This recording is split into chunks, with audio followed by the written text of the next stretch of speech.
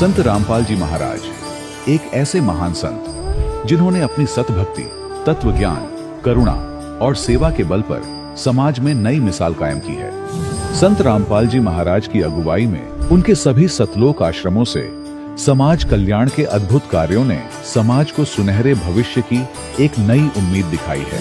संत रामपाल जी महाराज से नाम दीक्षा लेने के बाद लाखों लोगों की लाइलाज बीमारियां जैसे कैंसर, एड्स आदि ठीक हुई। संत जी के ज्ञान से प्रेरित होकर उनके अनुयायियों ने लाखों यूनिट रक्तदान किया।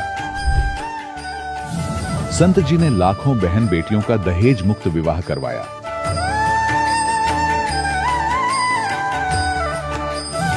संत जी ने लाखों लोगों का नशा छुड़वाया, करोड़ों उजड़े परिवार बसे। संत जी के आश्रमों में समागम के दौरान निःशुल्क नेत्र चिकित्सा, दंत चिकित्सा प्रदान की जाती है। संत रामपाल जी महाराज द्वारा समय समय पर पर्यावरण संरक्षण के उद्देश्य से बड़े स्तर पर वृक्षारोपण किया जाता है। संत जी ने जरूरतमंदों को तत्काल राहत पहुंचाने के लिए एम्बुलेंस सेवा शुरू की। संत जी अपने अनुयायियों को देहदान के लिए प्रेरित करते हैं, जिससे मानवता की सेवा और चिकित्सा क्षेत्र में सुधार हो सके।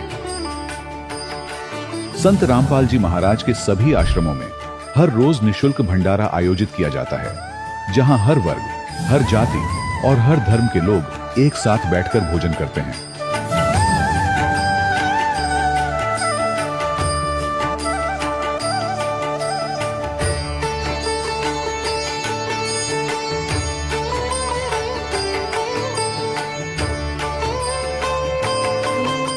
संत रामपाल जी महाराज की अन्नपूर्णा मुहिम ने गरीब और बेसहारा लोगों के जीवन में एक नई ऊर्जा और उम्मीद को जन्म दिया है।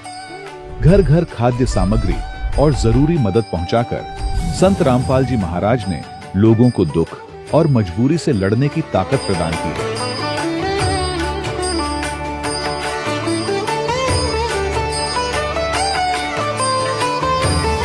संत रामपाल जी महाराज द्वारा गरीब लोगों के लिए घर बनवाने का अद्भुत कार्य एक ऐसी मिसाल कायम कर रहा है जो सदियों सदियों संत जी की उदारता और दया भावना के तौर पर जाना जाएगा।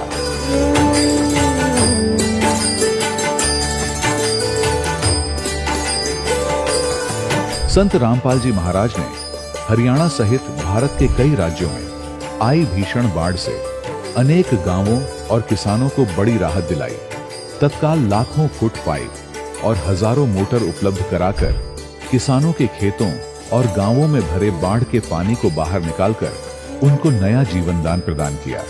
आज संत रामपाल जी महाराज को किसानों के मसीहा के तौर पर देखा जा रहा है। जगह जगह उनके लिए सम्मान समारोह आयोजित हो रहे हैं। संत रामपाल जी महाराज के आश्रम में हजारों बुजुर्गों को सम्मान और प्यार के साथ जीवन जीने का अवसर मिलता है। उनके खाने, रहने और स्वास्थ्य की पूरी जिम्मेदारी संत रामपाल जी महाराज उठाते हैं। अनाथ बच्चों के लिए संत रामपाल जी महाराज के सभी आश्रम किसी वरदान से कम नहीं। यहाँ उन्हें शिक्षा, संस्कार और भविष्य के लिए बेहतर अवसर प्रदान किए जाते हैं। चाहे बाढ़ हो, भूकंप या महामारी, संत रामपाल जी महाराज और उनके अनुयायी हमेशा ही जरूरतमंदों के लिए सबसे आगे खड़े रहते हैं। कोविड महामारी के दौरान संत रामपाल जी महाराज के आश्रमों से करोड़ों लोगों के लिए भोजन, दवाइयां और जीवन रक्षक सामग्रियां उपलब्ध कराई गई। चाहे गरीब की मदद हो या किसी शोषित और पीड़ित वर्ग के हक और सम्मान की लड़ाई, संत रामपाल जी महाराज ने हमेशा ही उनकी दबी आवाज को सरकारों तक पहुंचाया है और उन्हें उचित न्याय दिलवाने में अहम भूमिका अदा की है। समाज में आध्यात्मिक और सामाजिक मूल्यों के प्रति जागरूकता लाने में संत रामपाल जी महाराज हर कदम पर मानवता के सच्चे सेवक साबित हुए हैं। संत रामपाल जी महाराज का जीवन हमें सिखाता है कि सच्ची सेवा वही है जो निस्वार्थ भाव से की जाए। आइए हम भी इस महान सेवा के कार्य में इस महान संत से जुड़ें और संत रामपाल जी महाराज से नाम दीक्षा लेकर अपने जीवन को धन्य बनाएं।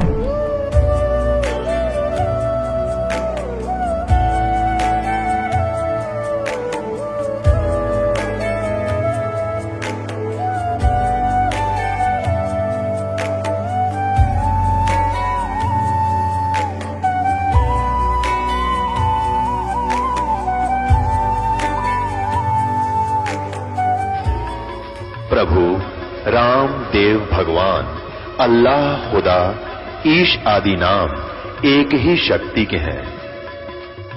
वो कैसा है, कहां है, कैसे मिलता है, किसने देखा है? ये प्रश्नवाचक चिन्ह पूर्ण रूप से हटाने के लिए अवश्य सुनिए जगत गुरु तत्वदर्शी संत रामपाल जी महाराज के अमृत वचन, सर्व पवित्र धर्मों के पवित्र शास्त्रों के आधार पर। सत साहिब दर्शकों, जब एक आम इंसान अपने जीवन में सुख और शांति की तलाश में सभी देवी देवताओं की भक्ति करता है, व्रत उपवास और तमाम तरह की साधनाएं अपनाता है और फिर भी उसे न शारीरिक सुख मिलता है न मानसिक शांति, तब उसका ईश्वर के प्रति विश्वास डगमगाने लगता है। दर्शकों, कुछ ऐसी ही कहानी थी उत्तर प्रदेश के रहने वाले विकास कुमार जी की। विकास कुमार जी ने अपने जीवन में मंदिरों में दर्शन, व्रत उपवास, कीर्तन, हवन, हर भक्ति मार्ग को अपनाया, लेकिन फिर भी इनके जीवन में न तो इन्हें शारीरिक सुख मिला और न ही मानसिक शांति। लेकिन दर्शकों, आज विकास कुमार जी बताते हैं कि मेरा जीवन उस दिन बदल गया जब मुझे संत रामपाल जी महाराज द्वारा लिखित पवित्र पुस्तक ज्ञान गंगा प्राप्त हुई। यही क्षण इनके जीवन का वास्तविक टर्निंग पॉइंट बन गया। अब प्रश्न यह उठता है, आखिर संत रामपाल जी महाराज ने ज्ञान गंगा पुस्तक में ऐसा क्या लिखा है कि जो भी इस पुस्तक को पढ़ता है वो उन्हीं का हो जाता है? आखिर इसके पीछे की सच्चाई क्या है? आइए सुनते हैं विकास कुमार जी की कहानी, इन्हीं की जुबानी। सर नमस्कार। सत साहिब। सर क्या नाम है आपका? विकास दास। सर कहाँ से आए हैं आप? खेकड़ा बागपत और यूपी से।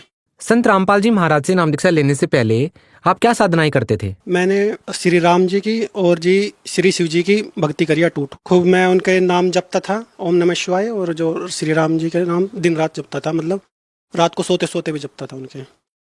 तो सर संत रामपाल जी महाराज से नाम दीक्षा लेने से पहले आप जो साधनाएं कर रहे थे, उन साधनाओं के करने से आपको क्या लाभ मिला? इनके साधना करने से जी मुझे कोई खास लाभ नहीं मिला है जी। और इसमें इनके बीच में जी मेरे पापा की भी डेथ हो गई थी, तो लेकिन वो हमने ऊपर वाले की, परमात्मा की या किसी की भी मान लो, जो हम जब ज्ञान था हमें उसी आधार से हमने कोई ज़्यादा वो नहीं करी, लेकिन हमारे लिए संघर्ष भरा रहा वो जीवन। संत रामपाल जी महाराज की शरण में कैसे आए आप? संत रामपाल जी महाराज जी की शरण में जी एक शेखर भगत जी हैं जी, मैं उनके पास ही रहा हूँ जी। वो मेरी बुआ का लड़का था, तो वो नामदान ले आया था और उनकी मेमोरी में संत रामपाल जी महाराज जी के सत्संग प्रवचन थे, तो मैं उन प्रवचनों को सुनता रहता था। और सुनता तो वही था, लेकिन मैं घर में रहता था तो सुनता था मैं, लेकिन फिर मैं थोड़ा थोड़ा गौर देने लगा, मेरी समझ में कुछ कुछ बात आने लगी संत रामपाल जी महाराज की। और उन्होंने जो है संत रामपाल जी महाराज की जब मेरी बात कुछ कुछ समझ में आई, पर लेकिन उनकी बातें सुनकर मुझे कुछ ठीक भी लगे थे, कुछ गलत लगे थी, लेकिन मन में जो है वो चलती थी कि ये क्या ज्ञान है इनका, ये तो कुछ नहीं है, तो कबीर साहब को भगवान बताते हैं, ऐसा कुछ आता रहता था।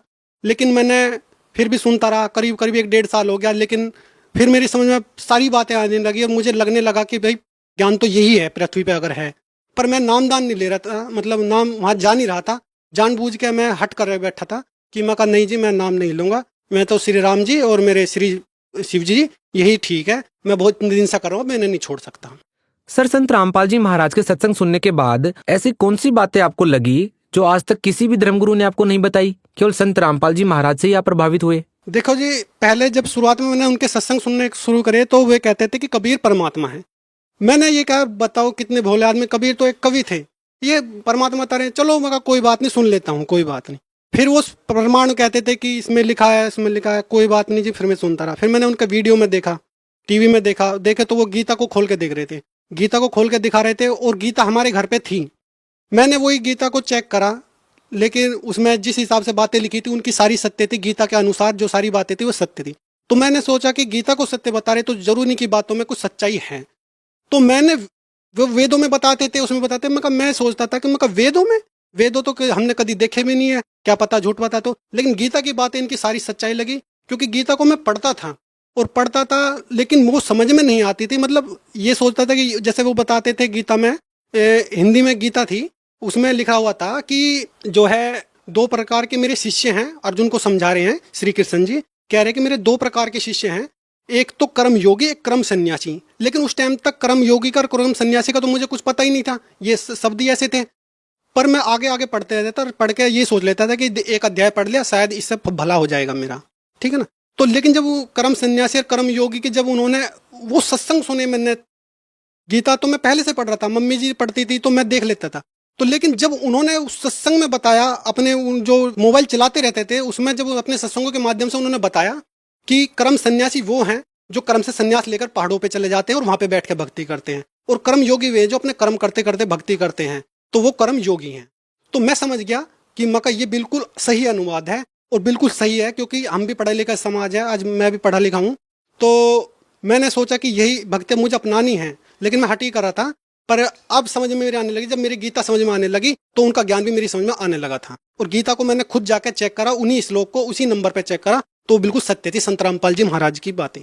सर, संत रामपाल जी महाराज से नाम दीक्षा लेने के बाद आपको क्या क्या लाभ मिले? देखो जी, लाभ की मैं आपको बात बताऊं, ऐसा है, मैं आपको पहले ही बता रहा हूं कि 1-1.5 साल से मैं हट करे बैठा था, और मेरी मम्मी जी ने और मेरे भाई जी ने संत रामपाल जी महाराज जी से नामदान उपदेश ले लिया था, ठीक है जी। लेकिन मैं नहीं ले रहा था, ज्ञान मैं समझ रहा था लेकिन मैं ले नहीं रहा था। लेकिन जब मैंने अपनी मम्मी को देखा, एक चमत्कार मम्मी के साथ में, क्योंकि मेरी मम्मी जी को 12 साल से सांस की बीमारी थी, दम में, और डॉक्टर ने बोल दिया था कि भाई इनका सांस तो सांस के साथ ही जाएगा, ये इंजेक्शन और ये गोली देते रहना, और उनको एक पंप भी दे दिया था कि कभी कभी ये भी मार लिया करें, वो मुंह में लगाने का पंप था। जब मेरे भाई मम्मी को लेके जा रहे थे उस टाइम पे उनको सांस फूल रही थी, और उनको कह रहे थे कि तुम चलो वहां पे सब ठीक हो जाते हैं, देखो प्रमाण आ रहे, टीवी में कितना दिखा रहे हैं।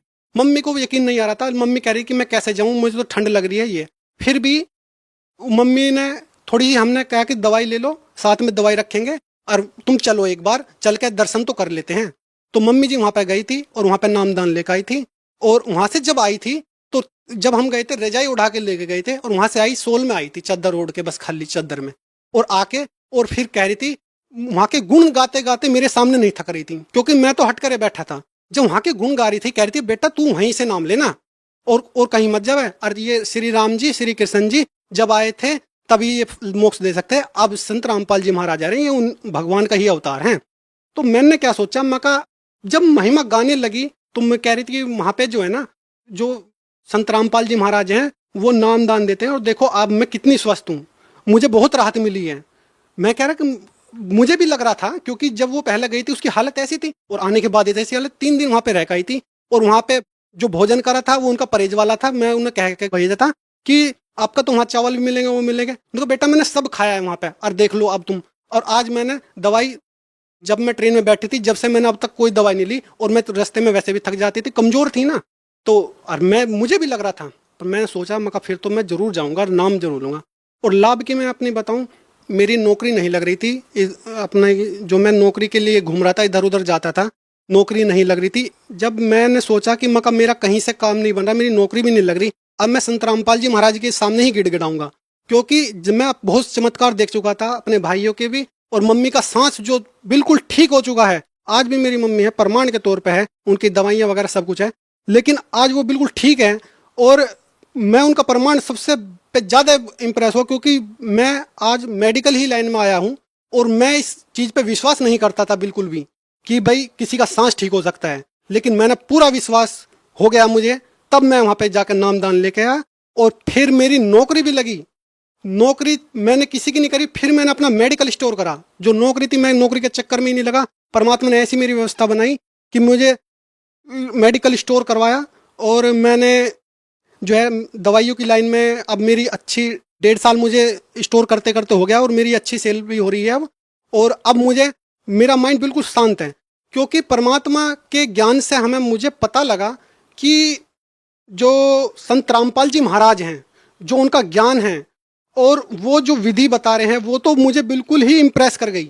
उनकी जो विधि है बताने की, परमात्मा को जो वेद और शास्त्र और गीता कुरान सबसे मिक्स करवा दिया, जो अब मैं आप सबको बताता हूँ, उनके प्रमाण दिखा दिए, अब तो बिल्कुल ही कहीं और में जी ही नहीं लगता। और कोई भक्ति के लिए मुझे अगर कोई कहे कि ये कर लो वो कर लो, किस आधार पे कर लूँ, अब मुझे पता लग गया है कि अपने शास्त्रों के अनुसार पे भक्ति करनी चाहिए हमें। सर, संत रामपाल जी महाराज से नाम दीक्षा लेने के बाद आपको क्या क्या लाभ मिले? देखो जी, लाभ परमात्मा की दया से अब मेरा मेडिकल स्टोर है और मेरे दिमाग में अब कोई टेंशन नहीं। पहले मेरे दिमाग में बहुत टेंशन रहती थी क्योंकि काम धाम नहीं था। और सबसे पहले जो आदमी का काम धाम नहीं होगा, जो 20-22 साल का हो गया हो और उसका काम धाम ना लगे, बेरोजगार हो जाए, तो आप खुद समझ सकते हो कि वो कितना परेशान है। और वही परमात्मा ने मेरी सबसे पहले परेशानी हल करी, क्योंकि काम धाम के बिना मन में गलत विचार आने शुरू हो गए थे। ये लगता था कि भाई मैं तो किसी लायक हूं नहीं। और मैंने सब देवी देवताओं को भी पूछ लिए थे, क्योंकि मैं जाट वर्ण से हूं और मेरे घर के कुल देवता भी हैं। देवताओं के सामने मैंने जल चढ़ाकर खूब प्रार्थना करी, हे देवता जी, हे महाराज जी, मुझे मेरी नौकरी दिलवा दो या मुझे कोई काम लगवा दो। मैंने लेकिन कोई भी ऐसा नहीं होता। लेकिन संत रामपाल जी महाराज के वहां से आने के 3 या 4 महीने बाद ही मेरे मन में विचार आया कि मैं दवाइयों के बारे में जानता हूँ, दवाइयों के बारे में अच्छी नॉलेज है, क्यों ना मैं अपना मेडिकल स्टोर करूँ। और भाई ने भी मेरा समर्थन करा और उन्होंने जो पैसा था वो भी लगाया मेरे ऊपर। और लगाने के बाद में बेफिक्र बिल्कुल टेंशन फ्री होकर, क्योंकि परमात्मा की अगवानी है कि गोधन गजधन बाज धन और रतन धन खान, जब आवे संतोष धन सब दूरी समान। क्योंकि संत रामपाल जी महाराज के ज्ञान से हमें इतना संतोष मिला और वही सबसे बड़ा धन है। और इसी ज्ञान में संतोष मिल सकता है। बाकी चारों ओर घूमते लो, कितना ही कमा लो, कितना ही कर लो, लेकिन संतोष नहीं मिलता। सर, संत रामपाल जी महाराज का जो ज्ञान है वह अन्य धर्म गुरुओं से किस प्रकार अलग है? तो कहता हूँ जी, इनका संत रामपाल जी महाराज का ज्ञान बिल्कुल वेद और शास्त्रों और गीता पे आधारित है, जो जिसे कि हम प्रमाणित मानते हैं, जिनको हम ये कहते हैं हाँ जी ऑथेंटिक है, ये मोहर है इनकी, ISI प्रमाणित है, जो हमारे ग्रंथ हैं ISI मोहर। तो ये जो ग्रंथ है इनके आधार पे ही संत रामपाल जी महाराज जी का ज्ञान है।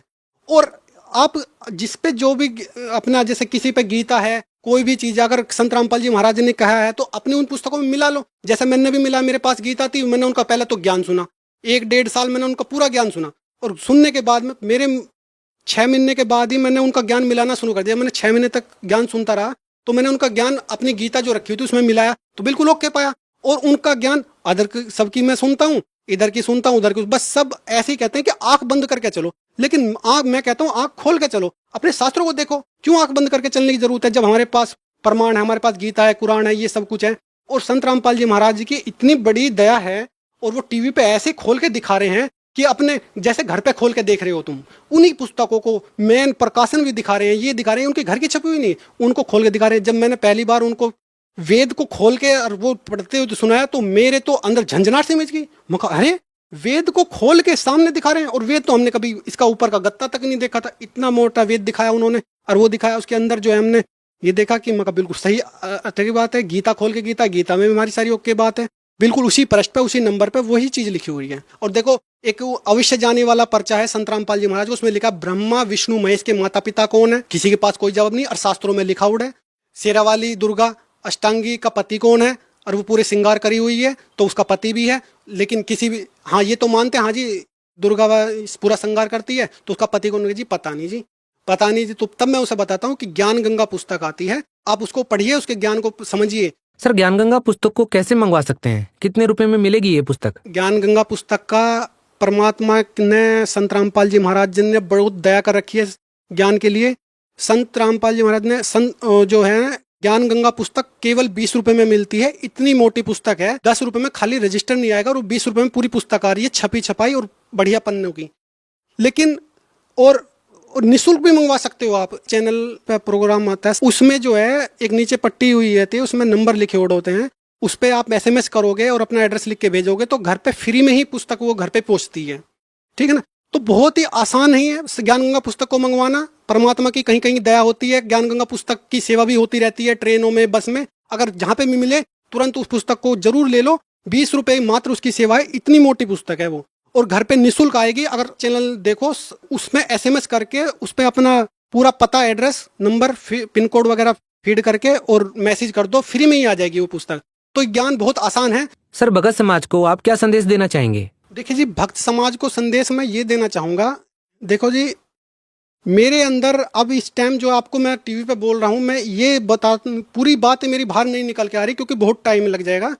मैं यही संदेश देना चाहता हूँ कि ये मानुष्य जन्म बहुत दुर्लभ है और मोक्ष के लिए प्राप्त हुआ है, और इस मोक्ष को प्राप्त करने के लिए हमें अपने शास्त्रों के अनुसार भक्ति करनी पड़ेगी। और शास्त्रों के अनुसार भक्ति इस संसार में, पूरे विश्व में कोई भी धर्मगुरु नहीं करवा रहा। तो मैं तो आपको ये कहूँगा कि आप डेली देखो, क्योंकि मुझे भी ज्ञान हुआ उनका सत्संग सुन के। कुछ बातें उनकी अटपटी शुरुआत में लगती हैं, लेकिन वो अटपटी नहीं होगी, वो बिल्कुल शास्त्रों के अनुसार होगी, क्योंकि शास्त्रों से हमें दूर रखा गया था, इस वजह से हमें अटपटी लग रही है और अलग क्रियाओं में लगा दिया था, इस वजह से हमें वो अटपटी लगती है। लेकिन जब आप उस पूरे शास्त्रों को सामने देखोगे और आप कहोगे कि हाँ जी ये बिल्कुल सही है, और सामने देखोगे और उसको पढ़ लोगे, तो फिर आप खुद कहोगे हाँ जी ज्ञान तो ये है पृथ्वी पे, और तो ज्ञान ही नहीं। जैसे आज मैं कह रहा हूँ ऐसी कल को आप भी कहोगे, क्योंकि ज्ञान पृथ्वी पे यही है, शास्त्रों के अनुसार भक्ति करने से ही लाभ मिलेगा। और संत रामपाल जी महाराज जी आज जो है शास्त्र के अनुसार ही भक्ति करवा रहे हैं, शास्त्र अनुकूल भक्ति करवा रहे हैं, जो गीता में कहा है। शास्त्र के विरुद्ध भक्ति अन्य गुरु करवा रहे हैं, क्योंकि उनको शास्त्र को ज्ञान नहीं है। और भक्त समाज से मेरी बिल्कुल यही प्रार्थना है कि जरा सा सोच न करे, क्योंकि मेरा 1-1.5 साल खराब हुआ, मैं नहीं चाहता कि किसी और का भी, क्योंकि फिर भी अपनी तसल्ली कर लो, परमात्मा का ज्ञान मिला लो, खूब सुनो अच्छी तरह से, क्योंकि ये मानुष जन्म का पता नहीं कब निकल जाए ये आत्मा शरीर को छोड़ के। तो उससे पहले परमात्मा ज्ञान धारण करके और ये ज्ञान को समझ के और शास्त्रों के अनुसार भक्ति करना जल्दी से जल्दी लागू करे, क्योंकि ये मनुष्य जीवन इतनी आसानी से नहीं मिलता। 84 के बाद जन कब नंबर आता है इसमें। जी धन्यवाद। सच। दर्शकों, अभी आपने सुने संत रामपाल जी महाराज से दीक्षा प्राप्त करके सुखी हुए भक्त के अनुभव।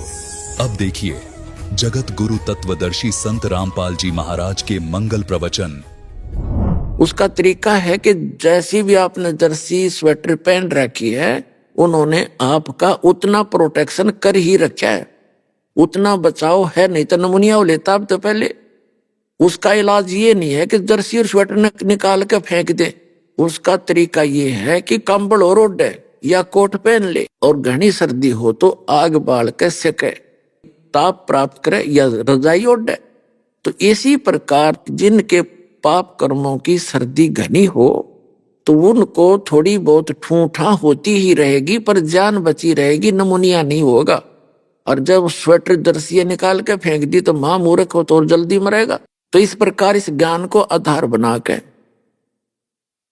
भक्ति सफर को तय करो, डगमग ना होना। क्योंकि दास का उद्देश्य है आपको पहले तो इस ज्ञान से परिचित कराऊं और इस समाधान और भक्ति विधि से परिचित कराऊं कि इस विश्व में इस दास के अतिरिक्त धरती पे 21 ब्रह्मांड में भक्ति मार्ग नहीं है और ज्ञान नहीं है। जब यहां भी आपको लाभ नहीं है तो उसके 2 कारण हैं।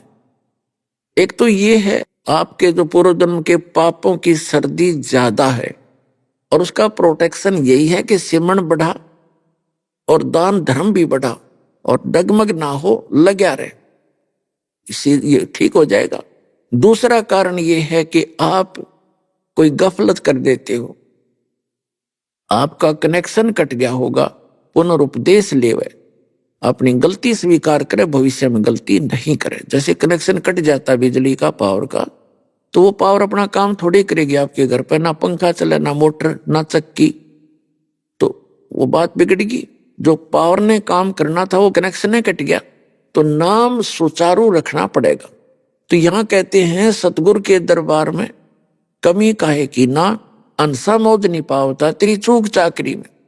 यदि परमात्मा की रजा आप पर नहीं हो रही है तो आपकी कोई भक्ति में, कोई श्रद्धा में कोई कमी है, चूक है, उसको सेट कर और फिर सारा काम ठीक हो जाएगा।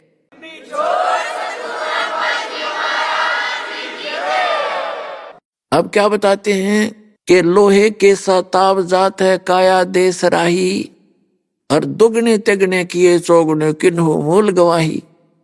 3 लोक और भवन चतुर्दश, ये सब जग सौदे आही, और दुगने तिगने करे चौगने किन्हु मूल गवाही। अब जो पुण्यात्मा है, नाम सिमरण करते हैं, दान पुण्य भी करते हैं, तो उन्होंने तो दुगने तिगने चौगने इस मनुष्य जीवन के बना लिए, कर लिए।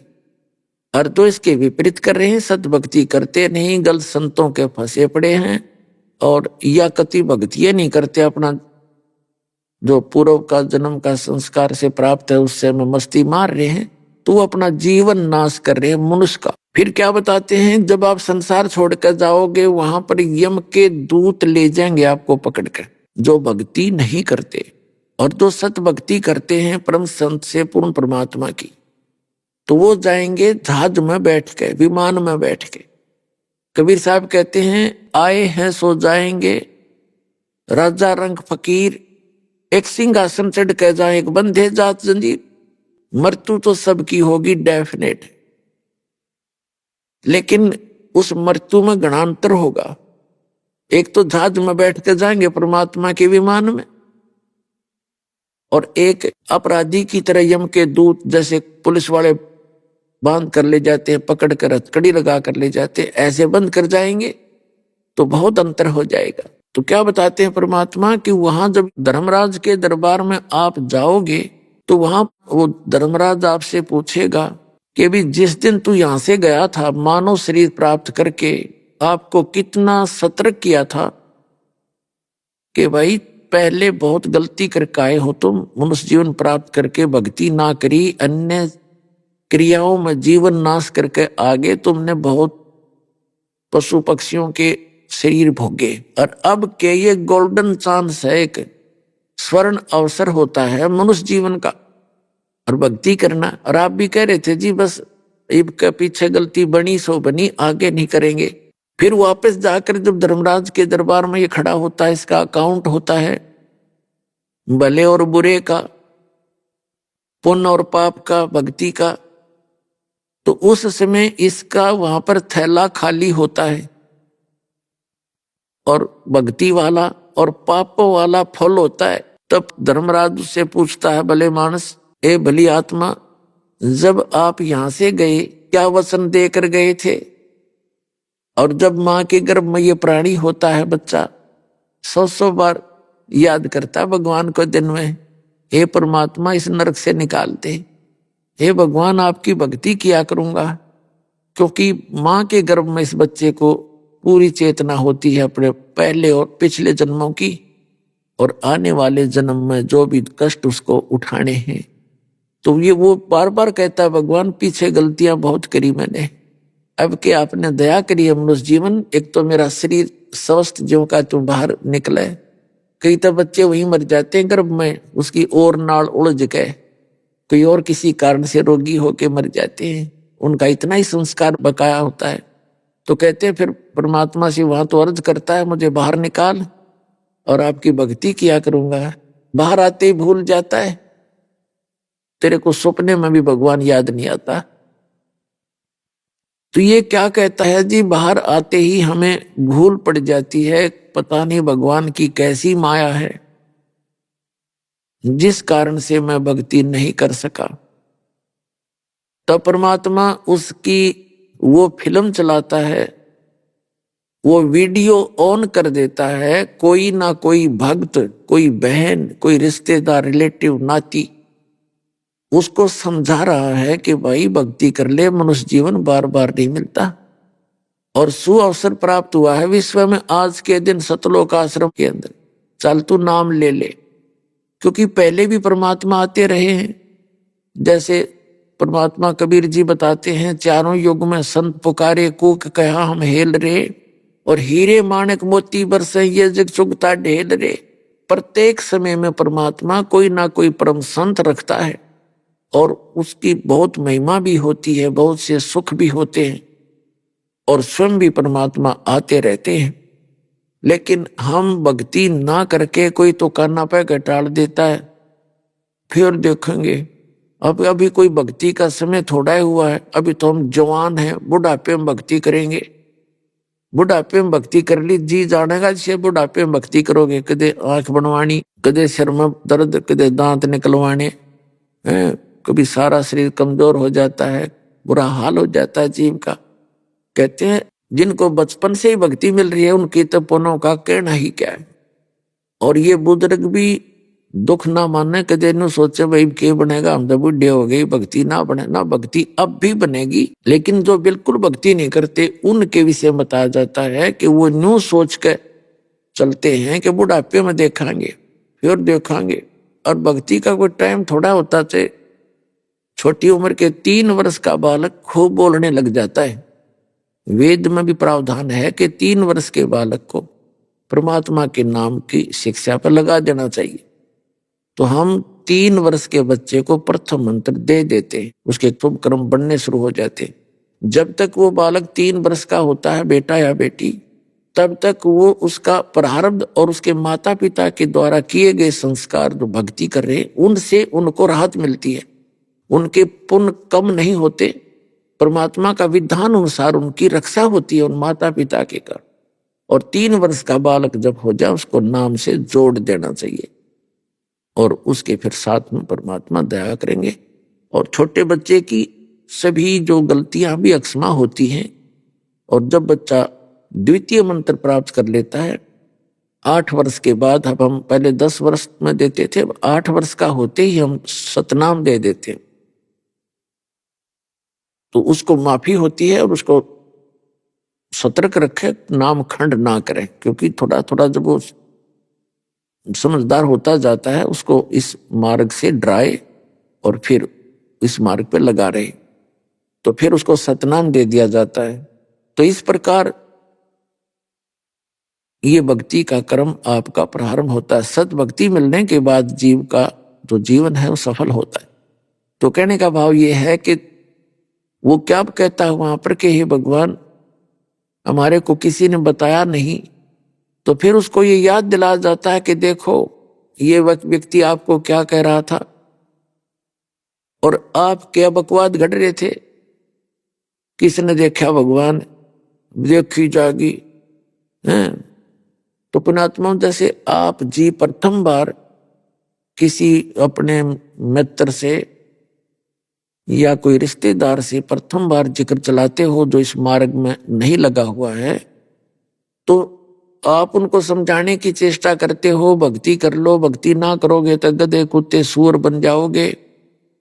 तो वो बगैर ज्ञान का व्यक्ति ये कहता है देखी जागी, पहले तो कहेगा किसने देखा है, फिर क्या कहता देखी जागी जो होगी, सारा संसार जाएगा वहां हम चले जाएंगे। तो पुण्यात्माओं क्योंकि हम जिस संसार में रह रहे हैं समाज में, वहां पर भक्ति ना करने वालों की अधिकता है। भक्ति करने वाला कोई इक्का दुक्का है और जो अन्य संतों के शिष्य हैं वो भक्ति का नाम उनके पास कर रहे हैं, उनको भक्ति नहीं है, वो संसारिक व्यक्तियों से भी गलत कार्य कर देते हैं वहां पर। तो आम समाज इस बात से दुखी हो जाता है कि ये नाम ले रहे, बीड़ी ये पीवे, शराब ये पीवे और सारा ड्रामा न्यू का न्यू, ब्याह शादी में सारे काम करें, तो भक्ति में बिना भक्ति में अंतर के रह गया। तो इससे भी समाज इस भक्ति से दूर होता चला जाता है। तो फिर वो क्या कहता है कि किसने देखा है, और फिर नो कर देखी जाएगी जो होगा सबके साथ होगा, हमारे साथ हो जाएगा।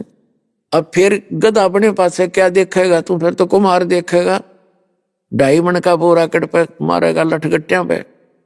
तो देखना है तो उस आपत्ति के आने से पहले देख और परमात्मा के वचनों पर विश्वास कर ताकि तेरा जीवन कल्याण हो।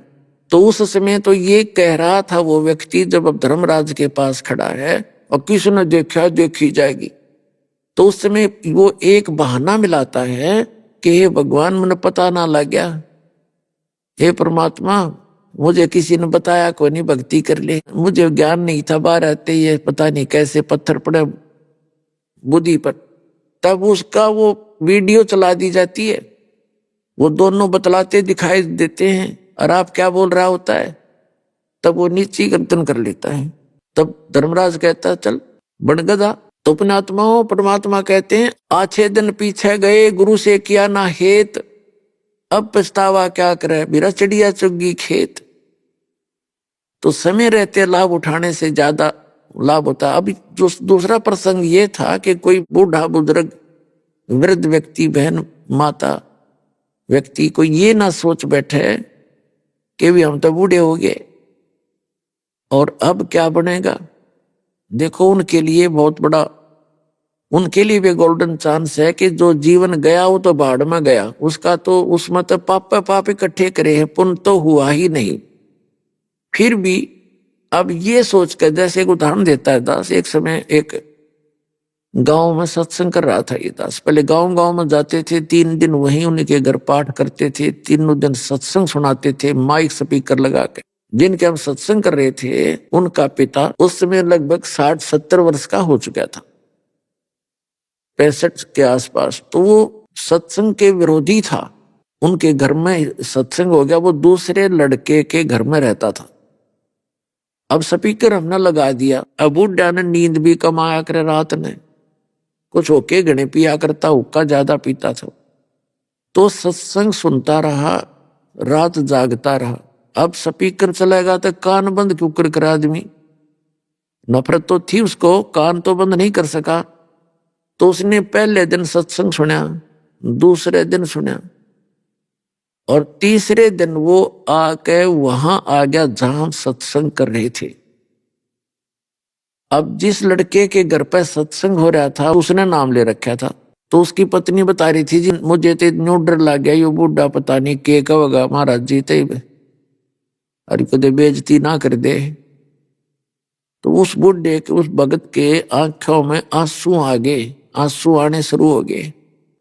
मैंने कहा क्या बात होगी भगत, क्या बात होगी आपको? नो कहने लगा, जी जो बात आज आपने सुनाई 3 दिन में, मैं तो इनका घना विरोधी था, और मैंने सारे जीवन में किसी का कोई बुरा कराया नहीं। किसान हूं, खेती करी, 4 किले हमारे थे, अब 12 किले बना दिए 2 लड़के, और इतनी मेहनत से काम करा। लेकिन यू ज्ञान था आज तक हमने जिंदगी में, हमारी कान्ना का भी ना पड़ा किदे, नहीं तो मैं पहले भक्ति पर लग जाता, ये दुख ना देखने पड़ते। अब मेरा क्या होगा, मेरा तो जीवन गया, हे भगवान ये तो बहुत वक्त से शुरू करना चाहिए था। तो उसकी जो पुत्र वधू थी वह खड़ी खड़ी सुने कि हे भगवान इस बूढ़े में इतना परिवर्तन हो गया। तो उसने न बोली, मैंने सुख का सांस लिया, चोखा बोला तो ठीक। तो फिर मैंने उसको समझाया कि देखो ये तो अभी भी कुछ नहीं बिगड़ा आपका। जैसे पुराने समय की बात है, कुएं होते थे गहरे गहरे, 100 200 फुट नीचे से पानी निकाला जाता था, कुएं खोद गए, और उनके जल निकालने के लिए बाल्टी या डोल होता था, डोल बोलते पीपा, बांध दिया करते, उसका एक लंबी रस्सी बांधा करते 150 फुट की। तो उस पानी निकालने के लिए उस पानी रस्सी को पकड़कर 2-3 जने और उसको खींच कर ले जाते दूर तक, और कई बार वो छूट जाती थी हाथ से। जैसे वो ने सोचा ये पकड़ रहा है, वो ने सोचा दूसरे ने पकड़ रखी है, वो सारे छोड़ देते, तो वह धीरे धीरे वो रस्सी बाल्टी नीचे कुएं में वापस गिरने लग जाती। तो मैंने उससे कहा कि ऐसे वो बाल्टी कुएं में गिर रही हो और वो नेजू यानी रस्सा लट घिसटता हुआ आ रहा हो और उसको कोई भाग दौड़ कर पकड़ ले तो उसका कोई हानि नहीं होती है। और नो सोचा ही तो ये गई तो गई, जान दे जान दे, वो जा तो रही है, वो तो खत्म होनी है, वो तो गिरनी ही है सारी की सारी रस्सी समेत बाल्टी कुएं में। और भाग दौड़ के कोशिश कर ले और पूछड़ी भी मिल जाए, एंड ऑफ द रोप उस रस्सी का पिछला हिस्सा 6 इंच का भी ठा गया, पकड़ा गया, तो बाल्टी भी आ गई और पानी भी आ गया, कुछ भी ना बिगड़ा।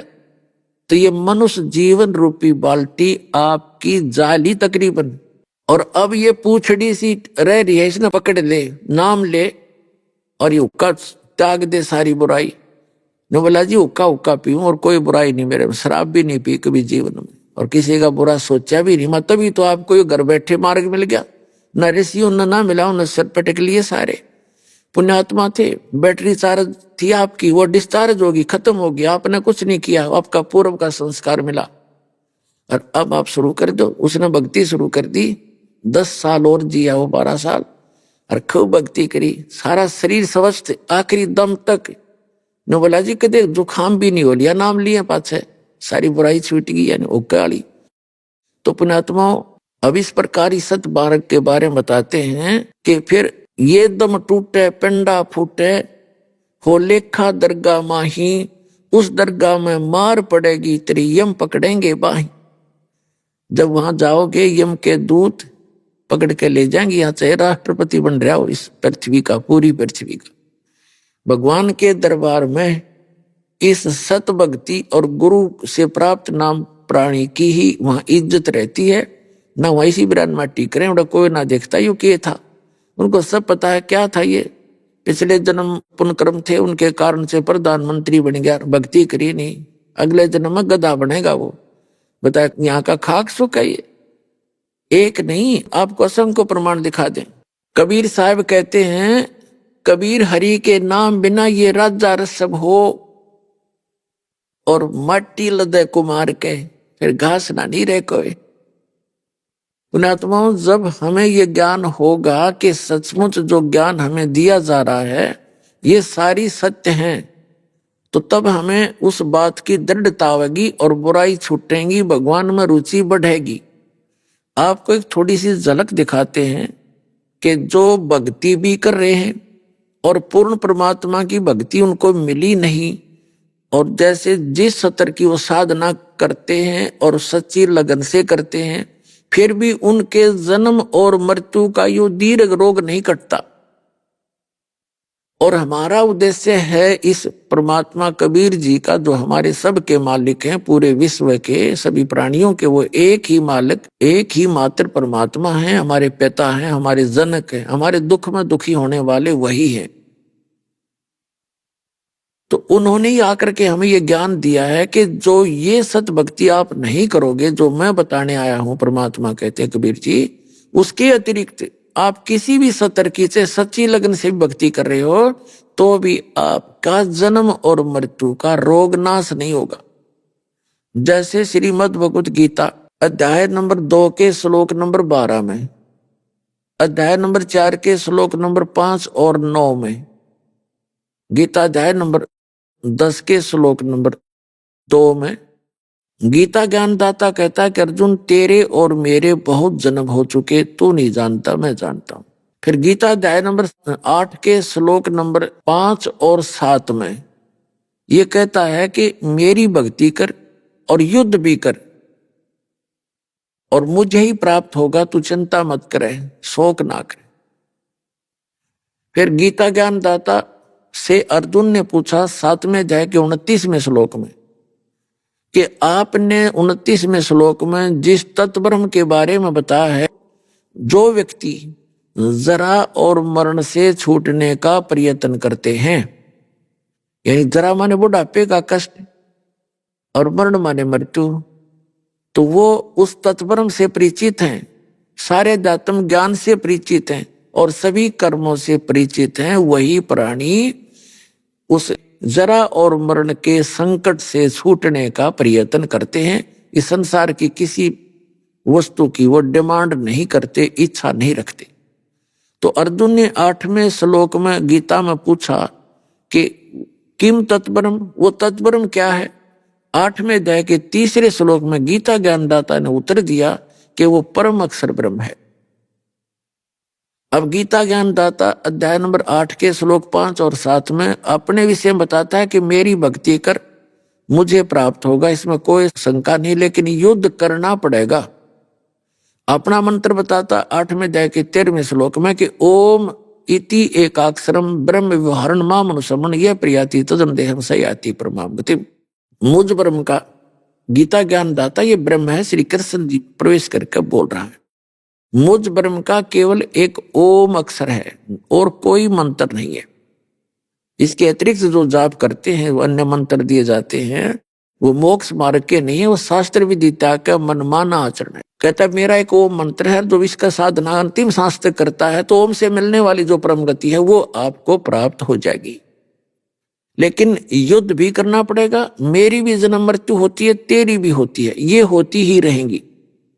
इसलिए 18वें अध्याय के 62वें श्लोक में कहता कि अर्जुन, तू सर्वभाव से उस परमेश्वर की शरण में जा, उसकी कृपा से ही तू परम शांति को और सनातन परम धाम को प्राप्त होगा। सनातन परम धाम जहां जाने के बाद साधक फिर कभी जन्म मृत्यु में नहीं आते। गीता अध्याय नंबर 15 के श्लोक नंबर 1 से 4 में बताया है कि अर्जुन, जब तत्वदर्शी संत तुझे मिल जा, 4थे श्लोक का निष्कर्ष बता रहा हूं 15वें अध्याय का, उसके पश्चात परमेश्वर के उस परम पद की खोज करनी चाहिए, जहां जाने के बाद साधक फिर लौटकर कभी संसार में नहीं आते। और जिस परमात्मा ने सब संसार रूपी वृक्ष की रचना की है, यानी सबका जो मालिक है, रचनहार है, केवल उसी की भक्ति करो और की नहीं करनी। गीता ज्ञानदाता अपनी भक्ति को भी मना कर रहा है। तो कहने का भाव ये है, उसके लिए फिर चौथे अध्याय के 34वें श्लोक में बताया है कि जिस तत्व ज्ञान से वो मोक्ष मार्ग मिलेगा, वो तत्वदर्शी जो संत बताओगा, उस ज्ञान को तू तत्वदर्शी संतों से जाकर समझ, उनको दंडवत प्रणाम करने से और कपट छोड़कर प्रसन्न करने से वो तत्वदर्शी संत तुझे वो तत्व ज्ञान का उपदेश करेंगे। तो उस परम अक्षर ब्रह्म की भक्ति बताई है 17वें अध्याय के 23वें श्लोक में गीता जी में। ओम तत्सत इति निर्देश ब्रह्मण त्रिवेद समर्थ। ब्रह्मण माने सचिदानंद घन ब्रह्म का, यानी परम अक्षर ब्रह्म की साधना 3 मंत्र से होती है उसकी प्राप्ति। ओम तो सीधा ही है ब्रह्म का, इसको सरपुरुष भी कहते हैं ब्रह्म को, और तत् है ये सांकेतिक है, सत भी कोड वर्ड है सांकेतिक। ये दोनों मंत्र इस विश्व में पुण्यात्माओं किसी को ज्ञान नहीं इस दास के अतिरिक्त। ये परमात्मा ने दया बख्श रखी है आपके ऊपर, और ये पूर्ण मोक्ष मार्ग है। ये किसी के पास विश्व में है नहीं, तो अन्य का मोक्ष हो ही नहीं सकता, चाहे वो कितनी बात बनाओ और कितनी भक्ति कर रहे हो। तो यहाँ बताया है कि सर्वभाव से तू उस परमेश्वर की शरण में जा, उसकी कृपा से तू परम शांति को, सनातन परम धाम को प्राप्त होगा। और 15वें अध्याय के 4थे श्लोक में बताया दिया कि उसके पश्चात परमेश्वर के उस परम पद की खोज करनी चाहिए, जहां जाने के बाद फिर कभी जन्म मृत्यु नहीं होती। और गीता ज्ञानदाता खुद कह रहा है कि तेरे और मेरे बहुत जन्म हो लिए, तू नहीं जानता मैं जानता हूं। तो इससे सिद्ध है कि आज तक ये भक्ति हिंदू धर्म में भी नहीं है, और मत होगी कहाँ, क्योंकि वो तो इन सदगुरों से परिचित ही नहीं है। तो इसलिए ये जो मार्ग है अब परमात्मा ने दया बख्शी है आप जी के ऊपर, और इस दास को वो कंप्लीट कोर्स, कंप्लीट ट्रीटमेंट दे रखा है। बिल्कुल अब क्या आपका यहाँ भी सुखी होगी और मोक्ष हो जाएगा, कंप्लीटली हो जाएगा। अब प्रसंग जो चल रहा है दास वही आता है कि गीता अध्याय नंबर 5 से लेकर 10 तक का निष्कर्ष है। 5 और 7 में तो वो कहता है मेरी भक्ति करेगा तो मुझे प्राप्त होगा, लेकिन युद्ध करना पड़ेगा। और पुण्यात्माओं जहाँ युद्ध करना वहां शांति नहीं हो सकती। तो यहाँ तो आजीवन युद्ध है जीव के साथ में। कोई टेंशन हो रही है, वो अंदर ही अंदर युद्ध होता रहता है। कोई कुछ कह रहा है, कुछ हो रहा है, यानी सारा जीवन ऐसे नरक भोग कर जाता है ये प्राणी। तो यहाँ माया से कितना ही हमने ऊंचा दिखाई देता हो, पर उसका अस्तित्व कुछ नहीं होता, उसके पास कुछ नहीं होता। भक्ति मार्ग का कष्ट ही कष्ट होता है। और वो स्थान है जहाँ जाकर कोई दुख नहीं। परमात्मा कहते मन तू चल रे सुख के सागर, जहाँ शब्द सिंधुरत नागर। उस सच्चे समुद्र जो सुख का सागर है, जो कभी दुख नाम की वस्तु नहीं, सतलोक सचखंड में, वहां चल। वहां कितना सुख है कि शंखों लहर मेर की उपजे कहर नहीं जहाँ कोई, और दास गरीब अचल अविनाशी सुख का सागर सोई। शंखों लहर मेहर की उपजे, जैसे यहाँ कभी कभी होता है इस दास के साथ, तो बहुत बार होता है। कहीं अकेले बैठे हो, परमात्मा की याद आ रही हो, अचानक एक ऐसी हिलोर उठती हृदय में, हमें कोई भी बुरा दिखाई नहीं देता, चाहे किसी ने हमारे को कितना सता रखा हो, उसके प्रति भी राग नहीं रहता, द्वेष नहीं रहता। अभी आपने सुने संत रामपाल जी महाराज के मंगल प्रवचन। आइए अब सुनते हैं संत रामपाल जी महाराज से नाम दीक्षा लेकर सतभक्ति करके अद्भुत लाभ प्राप्त करने वाले अनुयायी के विचार। जब मनुष्य परमात्मा से मिलने वाले सुखों को प्राप्त नहीं कर पाता, तो वह अपनी पारंपरिक भक्ति साधना को छोड़कर संतों की शरण में जाता है। और दर्शकों, यदि उसकी किस्मत खराब हो तो वह नकली संत को असली जानकर उसके द्वारा बताई गई भक्ति साधना शुरू कर देता है। दर्शकों, ऐसी ही कहानी थी हरियाणा के रहने वाले गुट्टा दास जी की। गुट्टा दास जी पहले सभी पारंपरिक भक्ति साधना किया करते थे और सभी देवी देवताओं की पूजा किया करते थे। और जब इन्हें पूजा पाठ से कोई लाभ मिलता ना नजर आया, तो इन्होंने शरण ली गुरमीत राम रहीम जी की। लेकिन दर्शकों, गुट्टा जी का कहना है कि गुरमीत राम रहीम जी द्वारा बताई गई भक्ति साधना से भी मुझे कोई राहत नहीं मिली, और लाभ तो छोड़ो, मुझे वहां पर पूर्ण परमात्मा का भी ज्ञान प्राप्त नहीं हुआ। लेकिन आज गुट्टा जी का कहना है कि मैंने जब से संत रामपाल जी महाराज की शरण ग्रहण की है, तब से मेरा जीवन पूर्ण रूप से बदल गया है। अब मेरा नशा करने का बिल्कुल भी मन नहीं करता। मैं नशे से मुक्त हो गया हूं। दर्शकों, आखिर संत रामपाल जी महाराज ने गुट्टा जी को ऐसी कौन सी जड़ी दे दी जिसकी वजह से इन्होंने नशा छोड़ दिया, और आखिर गुट्टा दास जी ने गुरमीत राम रहीम को छोड़कर संत रामपाल जी महाराज की शरण क्यों ग्रहण की? आइए जानते हैं इसके पीछे की सच्चाई क्या है। सुनते हैं गुट्टा दास जी की कहानी, उन्हीं की जुबानी। नमस्कार सर। नमस्कार जी। सर क्या नाम है आपका? गुट्टा दास। सर आप कहाँ से हैं? फतेहाबाद जिला, गांव बिरडाना। सर संत रामपाल जी महाराज जी से नाम उपदेश आपने कब लिया? 2011 में। सर संत रामपाल जी महाराज जी से नाम दीक्षा लेने से पहले आप क्या भक्ति साधनाएं किया करते थे? पहले जी देवी देवताओं की भक्ति करते थे और एक बाबा जी को गुरु भी बनाया था। मेरा भाई सरसा से जुड़ा हुआ था, देरा से, तो वो कहता रोज भी इधर आ जाओ इधर आ जाओ। मैंने कहा एक ही बात पूछ के आओ आपके गुरुजी से, तब मैं आपके साथ चलूँगा। कहता क्या? मैंने ये पूछ के आओ परमात्मा कौन है, सृष्टि को कौन चलाता है, उसका पता है तो आपका गुरुजी सही है, मैं चलूँगा। उसने कहा तू बेवकूफ़ है क्या? मैं बेवकूफ़ तभी तो तेरे को पूछ रहा हूँ, उसको पूछिए पहले। बोले गुरुजी से बात ऐसी होती नहीं, गुरु से बात नहीं होगी तो हम चले बढ़ेंगे नहीं। तो करते करते एक दिन मैं गली से गुजर रहा था, एक लड़का मेरे गांव में गुरुजी रामपाल जी महाराज का शिष्य बना नवा नवा, तो वो सत्संग देख रहा टीवी में, परमात्मा का सत्संग चल रहे हैं। सत्संग चले, मैं देखा, मैंने कहा भाई ये क्या है, क्या प्रोग्राम है, कैसा है, क्या है, कौन है? मैंने पूछा तो वो कहता है मेरे गुरुजी है। मैंने अच्छा। तो मैं कबीर बाणी पहले बहुत जानता था, लगभग लोकल बाणियों ने गाते थे सत्संगों में, लोकल सत्संगों में। तो मैंने उस बाणी का जो आकाश में आग लगी संतो बड़ी बारी, गगन में आग लगी बड़ी बारी, उस बाणी का मैं गुणगान बहुत बार करता था। अभी उस बाणी का कोई भेद नहीं बताने वाला हजारों सत्संगों में। तो क्या हुआ, गुरुजी संत रामपाल जी महाराज उस बाणी का उदाहरण दे रहे थे, एक एक वर्णन बता रहे थे। मैं 5 मिनट सत्संग सुना। मैंने कहा नाम देते हैं? कौन से दिन देते हैं? तो वो कहता है भगत जी, कहता है ये तो कभी भी ले लो, रात को भी ले लो। तो मैंने कहा सुबह चलेंगे? बोले सवेरे सत्संग है शुक्रवार का, और एतवार तक 3 दिन बाद में भंडारा होगा। मैंने कहा ठीक है मैं चलूँगा, मेरे को लेकर चलना। उसके बाद फिर मैं उसके साथ लड़के गए, आश्रम में चले गए। थोड़ी सी संगत थी, आज से तो बहुत कम थी, लेकिन अंदर हम गए तो लाइन लगी थी दर्शनों में। गुरुजी की लाइन लगी तो मैं कहने लगा भाई ये लाइन कैसी लगी है?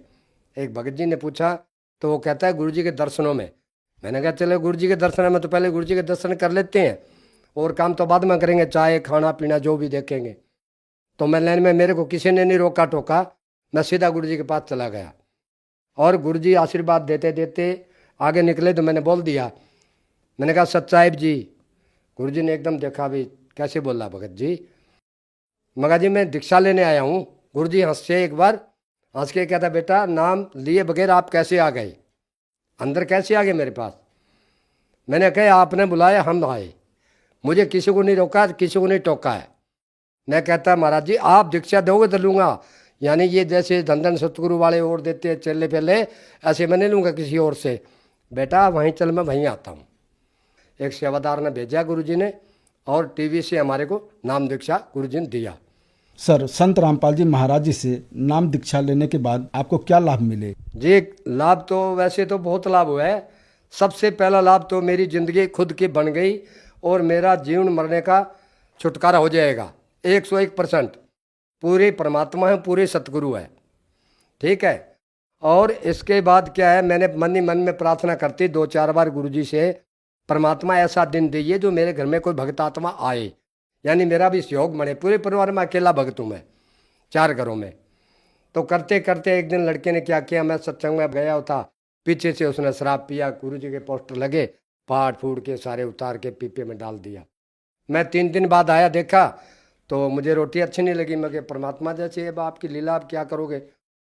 तो 1 साल बाद में गुरुजी ने ऐसी लीला करी, लड़के का एक्सीडेंट हुआ, इतना गाड़ी का बोनट टक्कर लगी, सिर में बैठ गया, सिर में बैठ गया। उसके बाद क्या हुआ, मेरा भतीजा डॉक्टर है, वो कहने लगा भाई ऐसे ऐसे भाई को चोट लगी है, और आप जो है चलो जल्दी से उसको हिसार ले जाएंगे। तो फतेहाबाद से हम इलाज नहीं बना, अगरवे चले गए। अगरवे 9 बज गया, वहाँ भी कुछ नहीं हुआ। तो मैंने कहा भाई यहाँ कुछ लेना देना नहीं, मेडिकल कॉलेज चाहिए, इतना मैं अनपढ़ हूँ, मेरे को मालूम है, इसको हिसार ले चलो। हिसार हम गए तो 3 दिन बाद में डॉक्टर से 2 दिन बाद में पूछा मैंने, माँ जी सर जी क्या हालत है इसकी, मेरे को 1 दिन पहले बता देना, अगर आपके बस की बात है तो ठीक है, नहीं है तो मना कर दियो, अगर सागी टेम करो तो मुझे से बुरा कोई नहीं होगा। कहते हैं अंकल जी कोई बात नहीं। तो मैंने कहा पट्टी तो करो इसके कम से कम, टांका टूंका तो फिर लगाइयो। उसने देखा है कि इसका तो घाव मिल गया, हम कहाँ लगाए पट्टी। मैंने हाथ जोड़ के प्रणाम किया उसी वक्त अस्पताल में, बंदी छोड़ तेरी रजा को कौन समझ सकता है। इतना ब्लड यहाँ से वो ब्लड पत्रा घुस गया और फिर भी चमड़ी ऐसी की वैसी हो गई 2 दिन में अपने आप। तो 2 दिन फिर बीत गए। 2 दिन फिर बीतने के बाद में क्या हुआ, परमात्मा एक दिन संत रामपाल जी महाराज आए, बेड पर लेटा हुआ था लड़का चूड़ामणि हॉस्पिटल में, वहाँ आके उसके 2 थप्पड़ लगाए पीठ में, यहाँ गुद्दी में। वो डर गया एकदम, गुरुजी का पूरा बॉडी लंबी दिखाई दी, लड़का घबरा गया। तो मेरे साथ में बड़ा भाई था, वो उसको ऐसे धीरे धीरे बुला रहा है। वो जाके कहता है क्या मांगता है, क्या लेता, बोले कुछ नहीं मेरे को घर ले चलो। मैं ठीक हो गया, डॉक्टरों से ठीक हो नहीं हो, मैं हो गया। और रोड़ा मचाता रहा। घर आ गए 2 दिन बाद। घर आ गए तो भगत जी हम क्या किया, वो मेरे को तो कुछ कहता नहीं, मैं उसको भक्ति की बात में कुछ कही नहीं। तो करते करते एक भगत जी हमारे सुरेश भगत जी है, वो पढ़ा लिखा है भगत जी, तो उसने मेरे पास कॉल किया, कहता भगत जी रतिया आश्रम चलेंगे। तो मैंने कहा भाई चल पड़ेंगे, लड़का यार घर पे इसका दवाई पानी कुछ माड़ा मोटा कर देता हूँ दिन में, तो ऐसे करके चल पड़ेंगे आश्रम में। तो कहता लड़के को तो मैं जानता हूँ, मेरा दोस्त है, वो तो मेरे पास दिन में आता है तो आ जा। वो बाइक लेके आया, हम तीनों बाप बैठे चले गए और गुरुजी से दीक्षा लेकर घर आ गए। तो वही पोस्टर गुरुजी ने 1.5 साल बाद में, वो लड़का मैं नहीं ने कहा, वो अपने आप मिट्टी उतार उतार के सारे पोस्टर गुरुजी के कमरे में फिर सजा दिया। अब कोई काम करता है वही लड़का करता है। उसके बाद रही देवी देवताओं की बात, मेरा पिताजी इतना तांत्रिक था, इंसान को मुर्गा बना के छत पे बिठा देता था। तो एक भगत जी मिला हमारे पिताजी को, कहता है ये काम करते हो ये आपकी बुरी दशा होगी और आप नरक में जाओगे, प्रेत आत्मा को आप रोकते हो, उसकी आत्मा के लिए भगवान दंडित करेगा। उसके बाद इतने देवता दोगता, मेरे पिताजी एक कमरे में नावड़ा नहीं, इतने देवता होते थे, सारे दिन भर में एक बार पूजा होती शाम को। तो वो सभी देवता हमारे को बाढ़ में झोंकते थे, उनसे हमारा पीछा छूट गया। दूसरा नंबर ब्रह्मा विष्णु महेश के जो मैंने गुरु बनाया था, शंकर जी का पुजारी था बाबा जी, ठीक है, उसने भी ये काम नहीं किया। वो उसने भी ये किया, बेटा आपने बहुत अच्छा किया। तब मैंने उससे कहा महाराज जी इस नंबरदारी का कुछ नहीं बटेगा, अगर भला चाहते हो और अपना कल्याण करवा सकते हो। उसके बाद में मेरा बेटा इतना नशा करता था कि भांग पी के बाहर सुता रहता था। अड़ोस पड़ोस के लोग कहते थे इनका लड़का भंगेड़ी, रिश्ता भी नहीं होता है, 30 साल की उम्र हो गई। और दारू भी पीता था, लेकिन सामने नहीं, लेकिन पीने के बाद तो दारू आप ही बता देती है भी मैं इसने पी रखी है। और हम पहले नशा बहुत किया है, गांजे का, दारू का, और मांस भी खाया है, सुल्फा गांजा सभी नशे करके। जिस दिन तंबाकू का पता चला उस दिन बाद में हाथ भी नहीं लगाया, मगर यहाँ कल्याण होगा। सारी चीज़ गुरुजी संत रामपाल जी महाराज के शरण में आने के बाद में हाथ भी नहीं लगाते, हम छूते भी नहीं। 3 साल 4 साल मैंने दुकान भी किया है, मात्र 1 रुपया भी आमदनी ना हो, हम नशा नहीं करेंगे, नहीं किसी को देंगे। और मेरे बच्चों की रमैनी हुई है, शादी हुई है दोनों की, एक नया पैसा नहीं लगा है, 1 पैसा बेटी वाले का नहीं लगा है। सर संत रामपाल जी महाराज जी से नाम दीक्षा कैसे ली जा सकती है? भगत जी टेलीविजन पे सत्संग आते हैं, गांव गांव में, घर घर में, आजकल मोबाइलों में आते हैं। उस पर एक पीली पट्टी नंबरों की चलती है, उस पे नंबर लगा के जहाँ भी डिस्ट्रिक्ट जिसका लगता है वहाँ नाम केंद्र गुरुजी के खुले हुए हैं, उस नाम केंद्र का पता लेके और वो आदमी अपना कल्याण करवा सकता है, वहाँ पहुँच जाएगा। बहुत बहुत धन्यवाद सर आपका। सच्चाई।